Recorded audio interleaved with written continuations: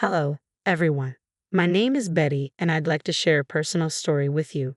My mother in law, Madison, wasn't always the superficial and self centered person she appears to be today. According to my husband, Edward, her transformation occurred later in life. Edward grew up in humble circumstances. His world changed drastically when he lost his father at the age of 5, leaving Madison to become the sole provider. Despite the challenges, she rose to the occasion, ensuring they had a stable, albeit modest, life. This resilience makes her current behavior even more striking. Through sheer determination and brilliance, Edward earned a full scholarship to medical school and eventually became a respected doctor. Despite his professional success, he remains grounded, a trait I deeply admire. However, Madison's lifestyle shifted dramatically after Edward's career took off. She embraced luxury, a far cry from the humble life they once shared. To give some context about myself, I am not currently employed, though I will explain why later. However, this does not mean I am financially unstable or reliant on others. Unfortunately, my first meeting with Madison got off to a rocky start due to her harsh misjudgment of my appearance and demeanor.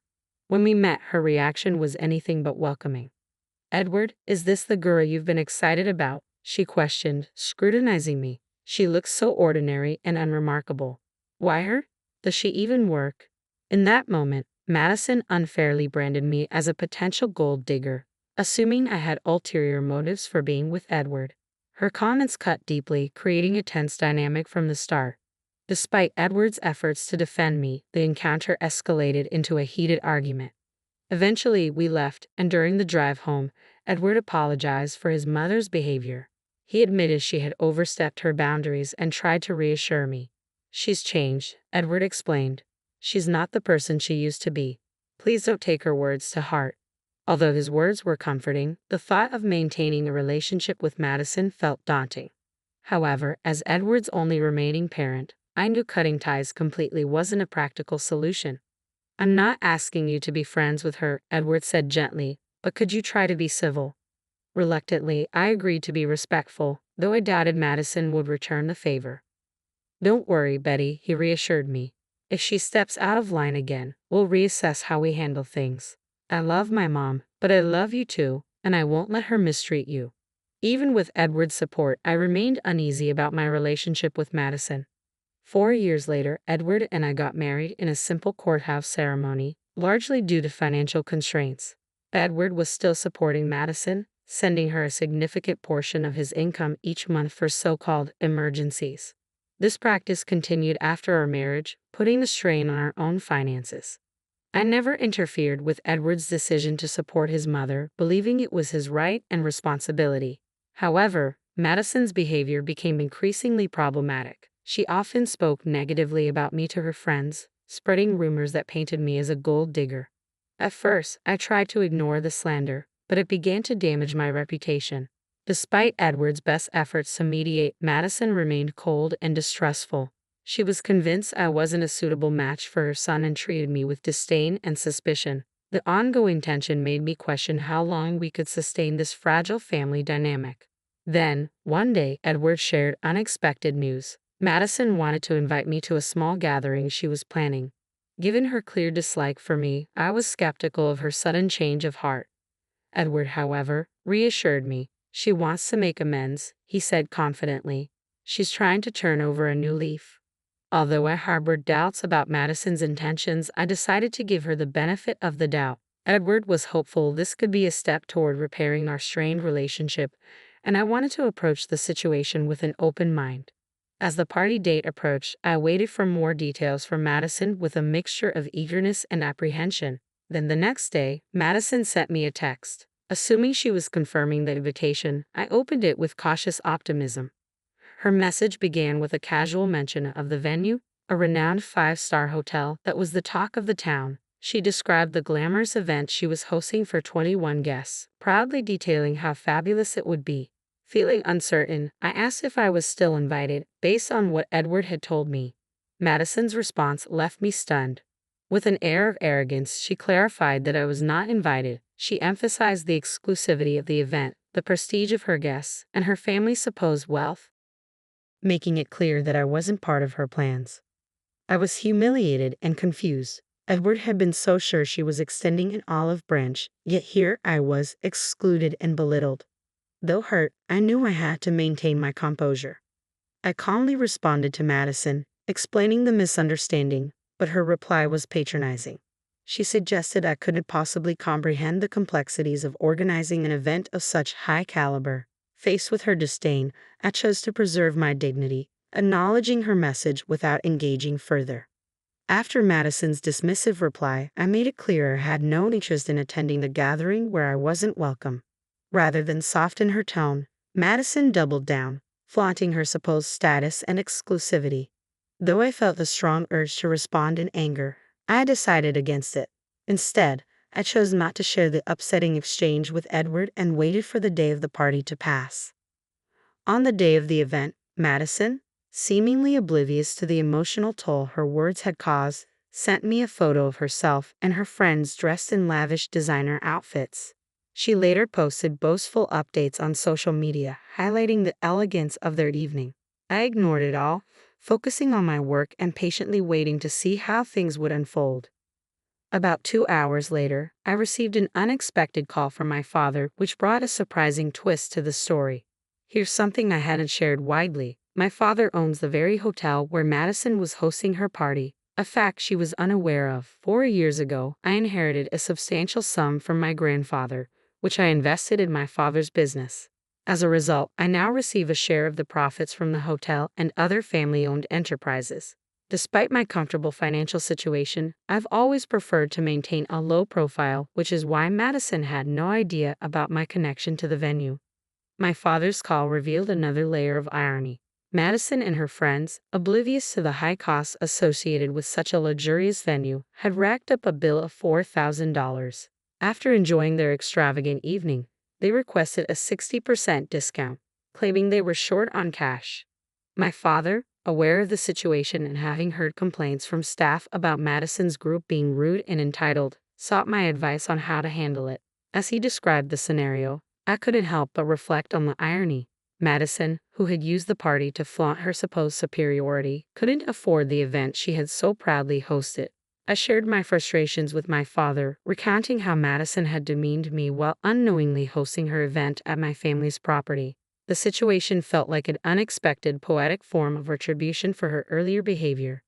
As my father and I discussed Madison's ostentatious display and the burdens she and her guests had placed on the staff, he fully grasped the irony of the moment. Together, we decided how to address the issue in a way that would both uphold the hotel's policies and serve as a quiet, meaningful lesson for Madison.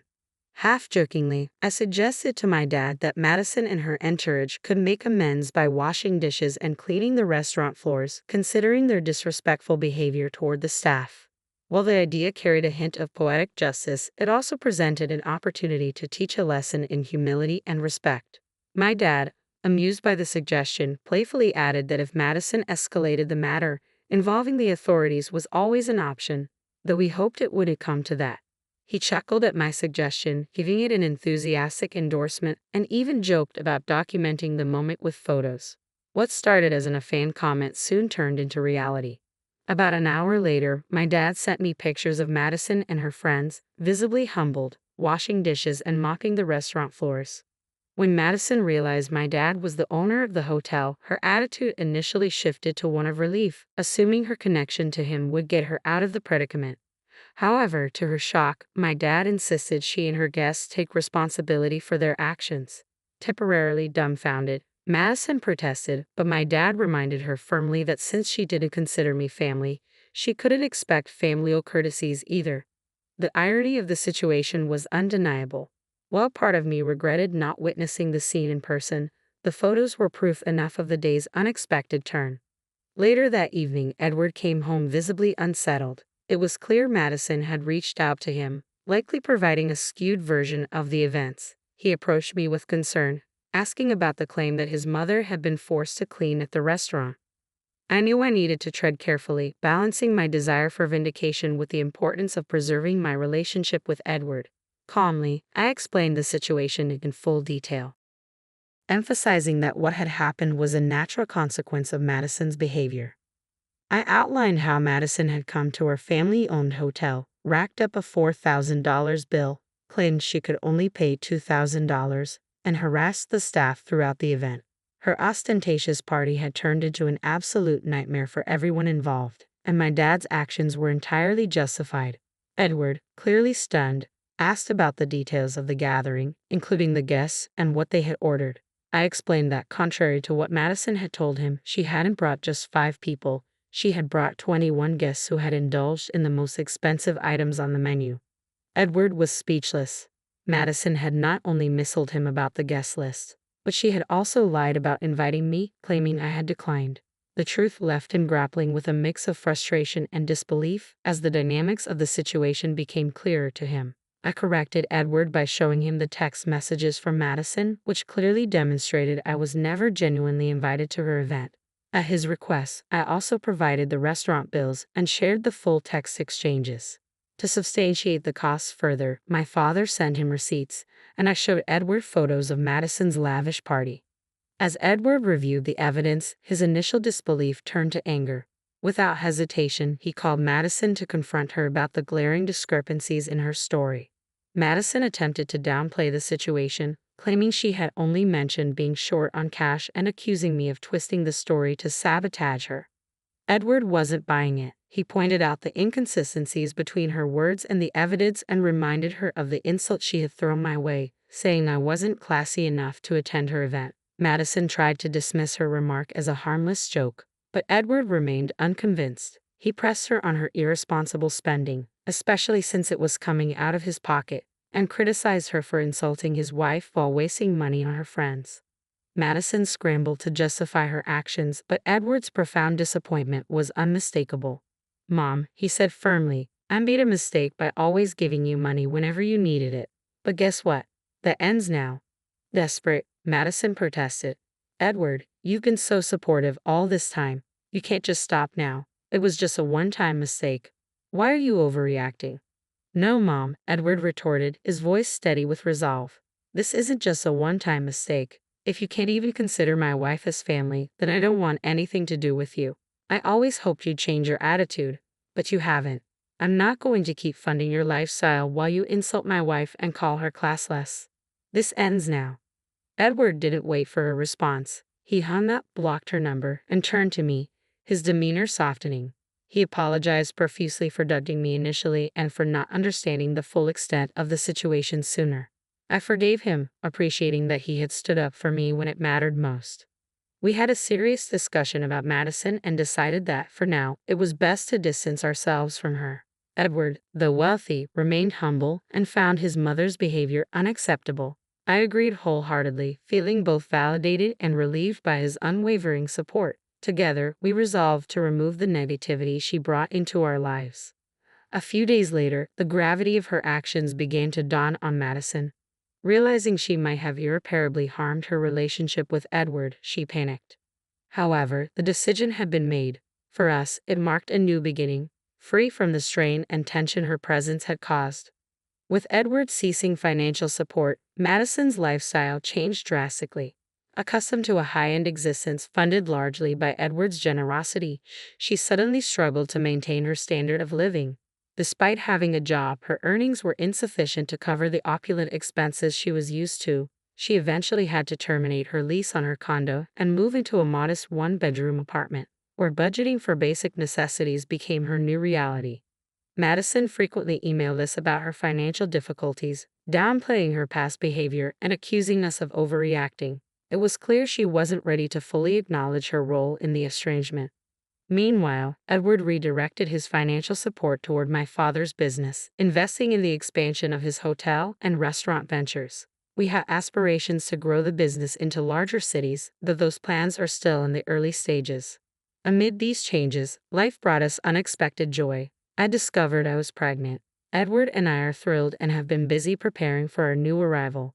With a baby on the way, I'm relieved that our child will be shielded from the negativity Madison once brought into our lives. Should Madison ever wish to be part of our child's life, I am determined to ensure she does not impart any harmful influences. For now, we are focused on welcoming our child into a loving and stable environment, free from shallow or disruptive behavior. We appreciate any well wishes as we embark on this exciting journey of parenthood, determined to provide the best for our child.